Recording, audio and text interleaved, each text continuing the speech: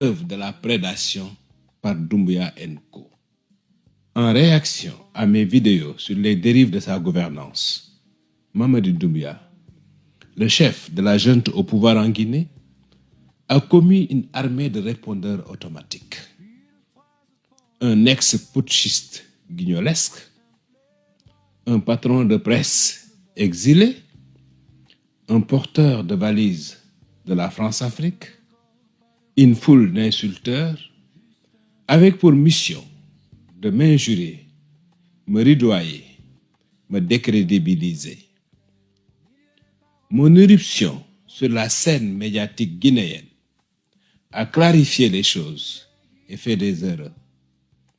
Le guignol Moussa Dadis Camara a eu l'occasion de légitimer la prime mensuelle de $30 000 que Mamadi Doumbouya lui verse pour faire de lui son instrument. Le très périmé Robert Bourgi a trouvé un nouveau marché. Lamine Guirassy, qui a monté les opérations Dadis et Bourgi, a obtenu, pour prix de ses prestations, la levée par la haute autorité de la communication, HAC, de la sanction qui lui interdisait d'exercer le métier de journaliste sur le territoire guinéen. Les insulteurs stipendiés par le régime ont eu l'opportunité de justifier et d'accroître leur paye. Toutefois, quel naufrage, cette vidéo de Robert Bourgi. Sont plus désastreux que les désastres, les éloges du dinosaure de la France-Afrique à ce dirigeant quarantenaire arrivé au pouvoir sous le slogan d'une nouvelle Guinée fière et souveraine. Quel désastre! L'opinion publique guinéenne a répondu à cette clique hétéroclite par des chiffres qui donnent le vertige. 573 000 vues, 8 300 likes, 5 000 partages de la vidéo de mon entretien avec Tidjane La Puissance sur sa seule page Facebook. Les vues cumulées de la vidéo principale et les coupures sur les différentes plateformes s'élèvent à pas moins de 4,5 millions. Qui a une seule fois fait mieux sur une question politique en Guinée? Qui a fait mieux? Merci, peuple de Guinée, de m'aimer. Merci de m'écouter. Merci de me défendre dans la plupart des plusieurs milliers de commentaires.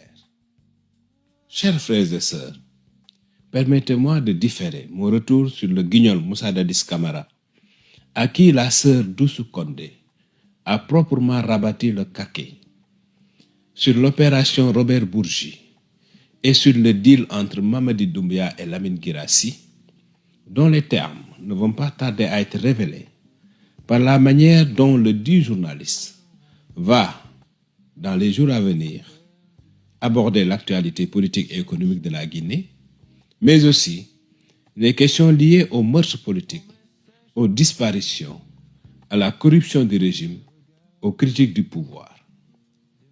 Je demande cette dérogation pour éviter d'être diverti dans cette vidéo qui s'attaque à une question agitée par les haut-parleurs du régime qui me réclament sans cesse les preuves étayant mes dires. Je m'étais jusqu'ici abstenu de publier un quelconque élément au regard de la sensibilité de ce que je détiens. Toutefois, dès lors que Doumbouya & Co me tire sans cesse vers les caniveaux, une pluie de documents, d'images, d'éléments divers va, à partir de ce jour, s'abattre en trombe sur la Guinée, à flux continu, jusqu'au-delà de la fin de cet hivernage, qui a déjà débordé le médiocre plan d'évacuation des eaux pluviales du CNRD. Alors qu'une communication agressive tympanise les Guinéens et le reste du monde autour de Simandou 2040 et de la politique minière proclamée souverainiste du régime, Mamadi Doumbouya a mis en place un vicieux système de captation des ressources issues des projets miniers pour son profit personnel. L'instrument de ce hold-up n'est personne d'autre qu'un proche parent à lui, Ousmane Doumbouya. Le modus operandi de la casse du siècle glace le dos. Dès décembre 2024, ce proche parmi les proches du chef de la junte a créé à Singapour Glory Africa Resources Pte. Limited, une société privée à responsabilité limitée par action, ayant pour activité principale, je cite, autre exploitation minière et de carrière, fin de citation. Le 4 août 2025, Mamadi Doumbouya a signé un décret pour retirer la très stratégique concession minière détenue par la Guinea Alumina Corporation, GAC, propriété émirati. Il a créé la société publique Nimba Mining pour hériter des droits d'exploitation qui revenaient à GAC. Brandissant l'impératif de restauration de la souveraineté de la Guinée sur ses ressources minières, le très affairiste putschiste avait, en réalité, en tête de servir son intérêt personnel. Concomitamment à la naissance de Nimba Mining, Ousmane Doumbouya, en clair, Mamadi Doumbouya, a créé, le 4 mars 2025, à Singapour, une société dénommée Blue Horizon Resources Pte. Limited, rebaptisée Vital Flow Resources Pte. Limited 13 jours seulement après sa création, ce qui constitue une des techniques habituelles de dissimulation des montages offshore. Les objectifs réels de ces entités singapouriennes sont clairs. Capter des licences, concessions et sous-traitances, mais aussi générer des centaines de millions de dollars par le biais d'un mode opératoire simple. Extraction du minerai par une entité publique en Guinée, achat et transport du produit par la société de négoce offshore, revente sur le marché international par cette société basée à Singapour pour engranger des bénéfices colossaux. C'est d'ailleurs pour disposer de partenaires à portée de main que les deux sociétés ont le même siège, situé au 18e étage d'un immeuble prestigieux de Marina Bay à Singapour, qui abrite plusieurs multinationales du négoce international et du transport maritime. Pour respecter la législation locale, le citoyen singapourien Lim Seng a été incorporé dans les deux sociétés. Ousmane Doumbouya, qui détient l'essentiel des parts, s'est fait enregistrer dans les statuts sous sa nationalité française, détenteur du passeport français numéro 16 CR 950-76 et ayant son adresse dans le voisinage de Londres au Royaume-Uni. Ce Guinéen, personnalité politiquement exposée, pour avoir été nommé président du conseil d'administration de l'Agence nationale d'aménagement des infrastructures minières, ANAIM, puissante régie financière, bras armé de l'État guinéen dans le secteur des mines, s'est enregistré à Singapour comme n'ayant aucun lien d'aucune sorte avec la Guinée. Et pour une raison simple, cette technique de dissimulation va lui permettre de spolier le trésor public guinéen au profit de Mamadi Doumbouya sans avoir à être soupçonné de conflit d'intérêts, de fuite de capitaux, de corruption, de détournement de deniers publics ou de blanchiment d'argent. Il n'existe pas l'ombre d'un doute que les affaires d'Ousmane Doumbouya sont les affaires de Mamadi Doumbouya. Un épisode qui a dû échapper à la vigilance des Guinéens le prouve à suffisance.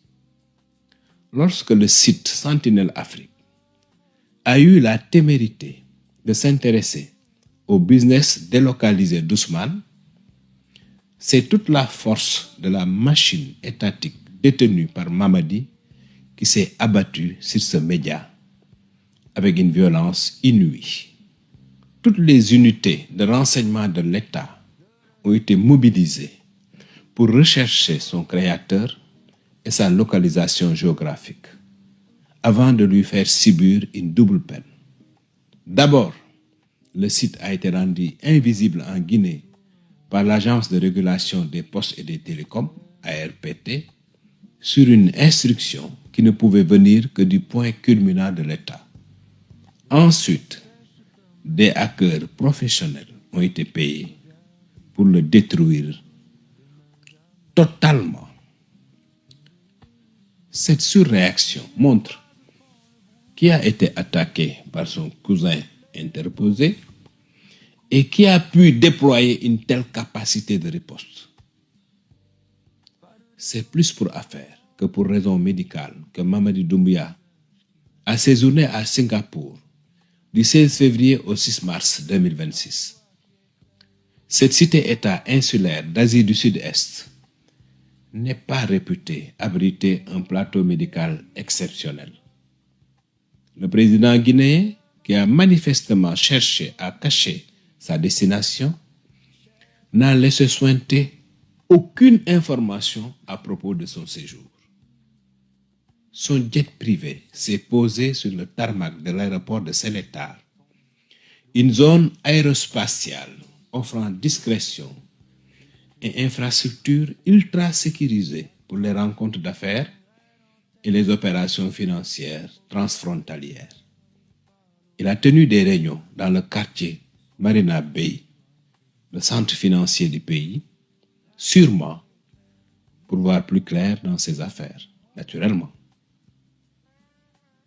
C'est donc clairement le président guinéen himself qui a mis en place un montage offshore pour gagner, à titre personnel, plus d'argent que le trésor public guinéen par l'intermédiaire d'une société privée externalisée contrôlée par son propre cousin. Démuni il n'y a guère longtemps, Ousmane Doumbouya, ex-employé des services généraux de l'ambassade de Guinée à Londres, s'est payé une villa de luxe dans la banlieue huppée de cette ville, sur la Birchworth Avenue. Il n'est pas le seul ponte du pouvoir souverainiste entre guillemets guinéen, propriétaire immobilier en Occident. Complice de Mamadou Doumbouya, secrétaire général de la présidence, le général Amara Camara a acquis en octobre 2025 pour la coquette somme de 360 000 $ américains, soit plus que ses salaires d'officier cumulés sur 30 ans, une villa cossue du projet immobilier Durant Towns à Raleigh, en Caroline du Nord. Il a acheté le lot 19, qui correspond à la villa 4801 de la rue Gossamer Lane, une villa d'angle, la plus spacieuse du lotissement, offrant plus d'intimité et de fenêtres latérales. Grande de 158 mètres carrés, une surface exceptionnelle dans une métropole occidentale, elle compte 4 chambres et 3,5 salles de bain sur 4 niveaux. Située au bord de la rue, cette villa offre un accès plus direct vers Waldrove Drive. Elle a été acquise sur un site prestigieux qui se trouve à proximité immédiate de la réserve naturelle Durant Nature et offre un accès rapide à l'autoroute I-540, I-540. Ils sont bien logés, la femme et les enfants d'Amara, mais aussi la femme et les enfants de son grand frère, Aboubakar Sidiki Camara. Ce dernier, comme nombre de membres de cette famille, fait de fréquents voyages en first ou business class entre la Guinée et la Caroline du Nord. Quel contraste entre le train de vie insolent de Doumbouya & Co et le quotidien des Guinéens qui s'enfoncent chaque jour davantage dans la misère. Pourquoi Mamadi Doumbouya protège-t-il Amara Camara, est spécialisé dans le vol avec effraction à visage découvert? Au nom et à la barbe du chef de la junte, Amara a fait passer de 40 à 82 milliards de francs guinéens la facture d'une rénovation du Palais du Peuple, déjà entièrement prise en charge par l'État chinois. Au nez et à la barbe du chef de la junte, Amara a reçu, au moins à 3 reprises, des dizaines de kilos d'or des mains de Tidjane Koïta, le président des orpailleurs de Guinée. Le boss encaisse-t-il à tous les coups sa part du butin en échange de son silence? Mamadi Doumbia est parfaitement au courant de ces remises, documentées par des preuves en notre possession, sur lesquelles nous reviendrons dans un dossier spécialement consacré au trafic d'or en Doumbia Land. Chers frères et sœurs de la Guinée, votre beau pays est en train d'être pillé par une association de malfaiteurs qui instaure la terreur pour couvrir d'un épais voile de silence une prédation sans précédent dans l'histoire de la Guinée indépendante.